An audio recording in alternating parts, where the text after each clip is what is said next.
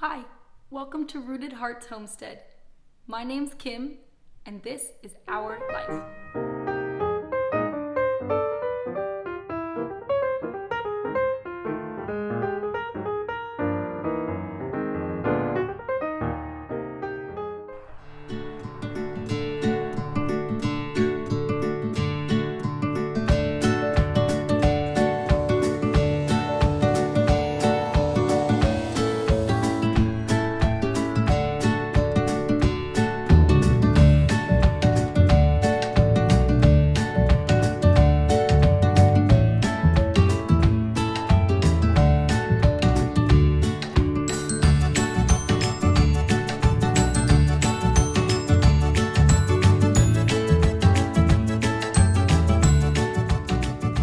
Good morning, people.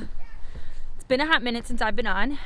Last week we had the stomach flu, and thankfully nobody threw up, but a lot of people were sick and not feeling good. Our turkeys have escaped everything and are out, and so the kids are all excited. They want to go play with them. Our turkeys are tamed wild, so they don't like to be played with. It is sunny, but oh so cold today. We have gotten a little bit of snow, which I'm kind of thankful for. We need the moisture, but it's cold. It's still very cold. I am supposed to be doing planting today, and I might have to put it off till tomorrow just because of how cold it is. It is so cold. So I'm hoping that if I can't get planting done, then I can at least go source some T-posts and start getting some of my pins a little bit bigger. Our chicken pen needs to increase in size, and the turkey pen that we're building needs to have T-posts just so that we can have a fence. But I thought I'd come in my tiny garden and show you how well my peas are growing. We have some gorgeous pea growth. I am so excited about these. These ones are a spring blush. And then my mammoth peas are also doing really well. And so these are golden sweet. My Tom Thumb dwarf are not doing as well. I don't know, they're starting to get little like pea looking things, but oh, there's a weed. We're gonna see. Let's go do some chores. It is time. I gotta get things watered. I've got to make sure all the babies are good. So last week, despite us having the stomach flu, I knew that I needed to get our babies for our next batch. So here they are. They're beautiful. They've got plenty of feed and water for the day. So we just gotta keep them warm. Like I said, tomorrow's supposed to be a lot nicer. We'll see what's going on there. But they are our second batch. We went ahead and named our chickens. Every year we do this. We pick a name. The first year it was Bob. The second year it was Gerhardt. And this year we have named them Groot, which means large in Dutch. I'm trying to speak some life into them. Our big chickens are here, and I gotta let these guys out to pasture.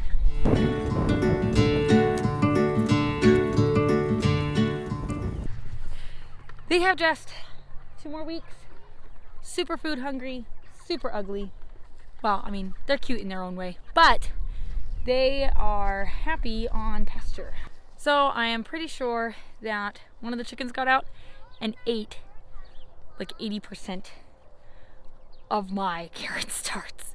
So I am now back to ground zero with that. We will see how many pop up. At this point, if they pop up, they pop up, and we will enjoy the ones that do.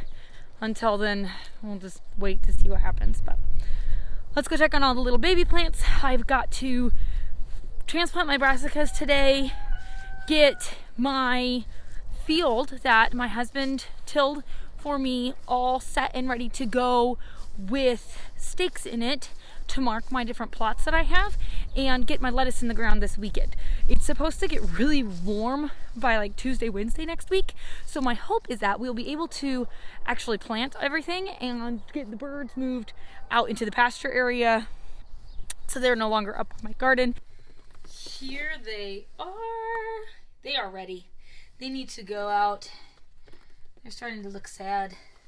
Some of my starts aren't looking totally awesome, but thankfully I planted extras, and that's why we want to keep the good ones and toss the bad ones. Next thing I've got to do is go check on my starts that I put into the cold frame and see how they're doing. Every morning, this is kind of how it goes. I bring out stuff, check on things, check on all the little babies, let out the Groots, and get the plants that I've got going all watered.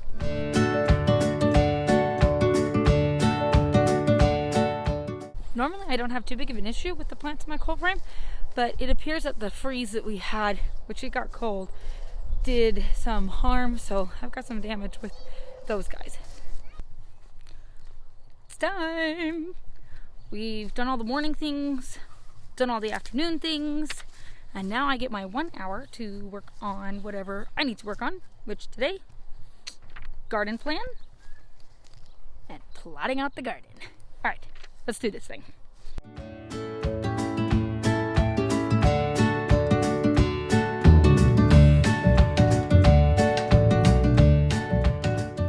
And that right there is my lettuce plot. Now to put out the cucumbers, peppers, and melons, which are next down in my rows.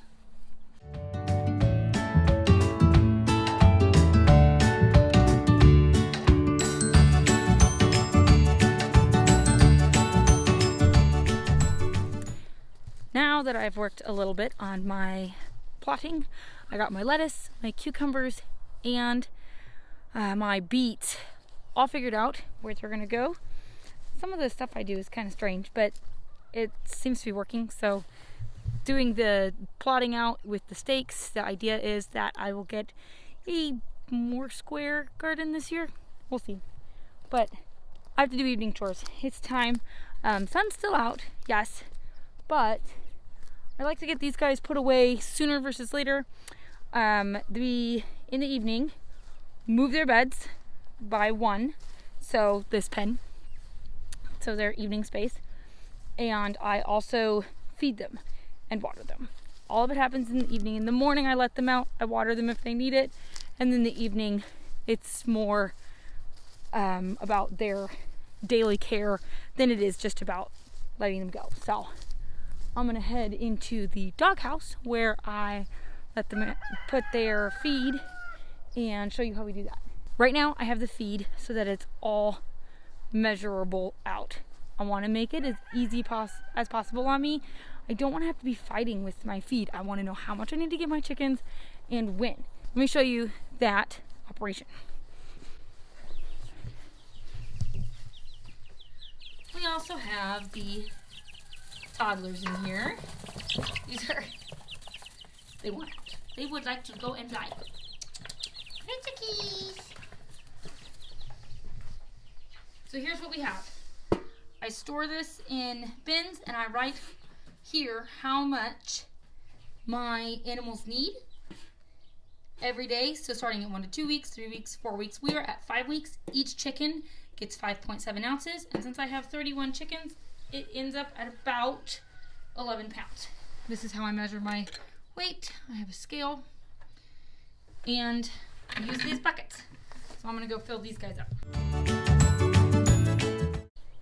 The Groots won't know what's coming because I don't normally use this bucket, which is probably a good thing because I haven't moved them yet.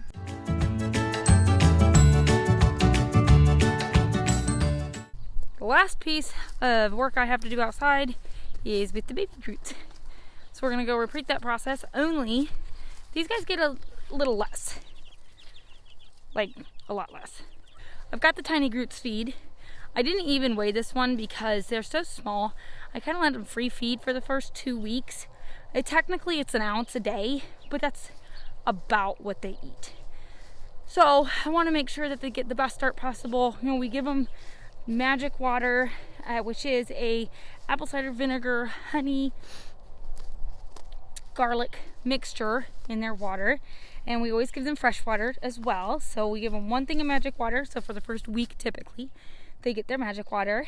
And then we just feed them every day. So my hope is this weekend they'll actually be able to get on pasture. They're getting big enough. But right now, they're just adorable tiny peepers. I need to get more straw in. The one thing that I have learned with these birds, this will be, I'm trying to think how many birds we've had now. We had 60 some the first year, 50 some the second year because we did turkeys that year as well. And this year will be my biggest batch yet. I've already done 31 in the first batch and I have 35 in this batch. The thing I've learned with these guys is that you get a poopy bed and everything goes downhill. So every other day I'm refilling their straw. And I've also learned that pine shavings are a mess to clean out, which is why I use straw for my babies. It's just not worth it for me to be fiddling with pine shavings when I can use my pitchfork and a shovel and completely clean out the straw in 15 minutes.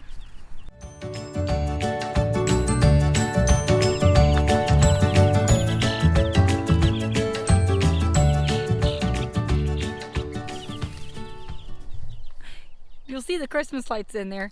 The reason there's Christmas lights in there is because they can't see in the dark. Truth. And even when they get older, I've noticed that they don't do as well in the dark. So the idea is that we have the Christmas lights in there for when they're little, and then when they're older, we just open up the door and it lets light in. We can also open the lid and put a screen over it, which stops any of our other animals from getting in there and allows some light and fresh air into the coop. Last chore of the evening is to go out and pick up the plant babies and bring them in. I am hoping this is the last time. They have been outside all day long, and I've had them outside all day long for several days now. Well, hopefully they've hardened off well and we can get them totally put in the ground this weekend.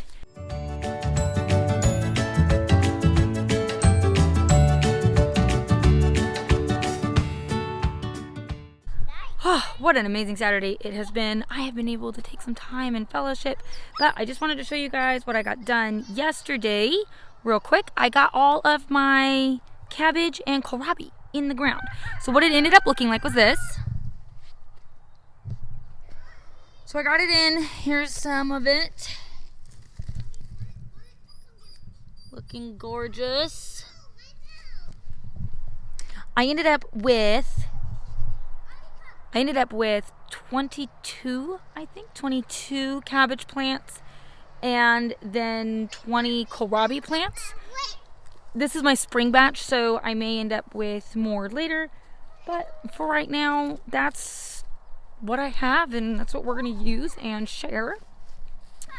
Today was a day of fellowship and I got to take some time and spend it with some friends. When you homestead, it's kind of a lonely business. You are doing it with yourself and your family, and you're not always going and hanging out with friends and doing other things.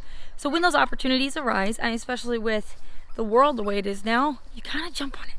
And I got to spend some hours with some of my friends from church, and it's just so good to see everyone. But now I'm just gonna take some family time and we're gonna hang out as a crew, sit here, maybe have a fire and just enjoy each other's company until tomorrow when it's sunny and brighter, maybe a little windier, but we'll go ahead and do more planting then, realizing that the time we have now with our kids is precious and we only get so much of it. I hope you guys have an amazing rest of your week, and I'll see you next week.